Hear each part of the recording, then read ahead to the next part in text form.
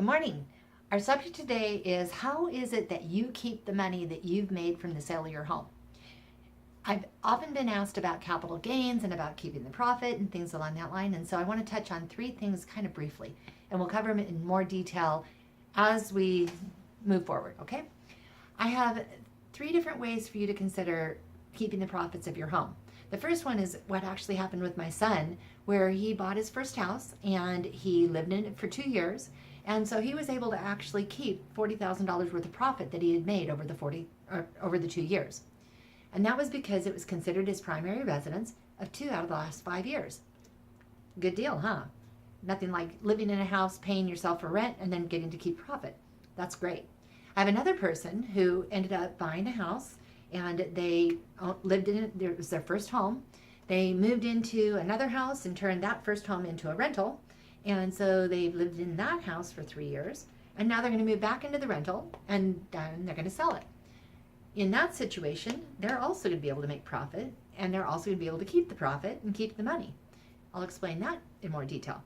My last situation was with the gentleman who uses the house as sort of like a second home. He lives in the area for 6 months to 7 months out of the year. And so what's going to happen is that he's going to be selling that property, and he also will be able to keep the profit. So here's the real lowdown sort of test, okay? First of all, if you're single, you can keep up to $250,000 worth of profit, and it's all your money, as long as you've lived in the house 2 out of the last 5 years. There's different rules in that regard. I'm not going to cover too much of it, okay? If you're married, you can actually keep up to $500,000 worth of profit. And there are, again, some rules on that one, so we got to touch on that, but we aren't going to do it right now.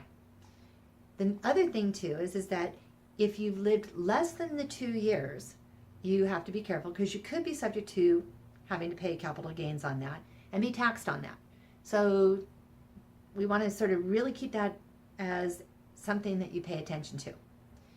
One of the last things is that it's based off of what you bought the home for and what you sold the home for, all right? Not how much your mortgage is. So if you're in a situation where you've actually refinanced the home, it's not how much you owe, it's how much you paid.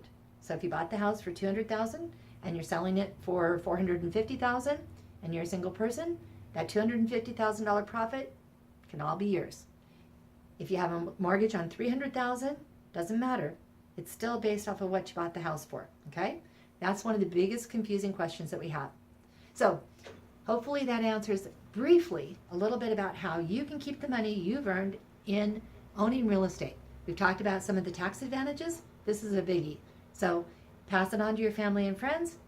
Honestly, if you've had that question, they've had that question. And the tax rules have changed over the last couple of years.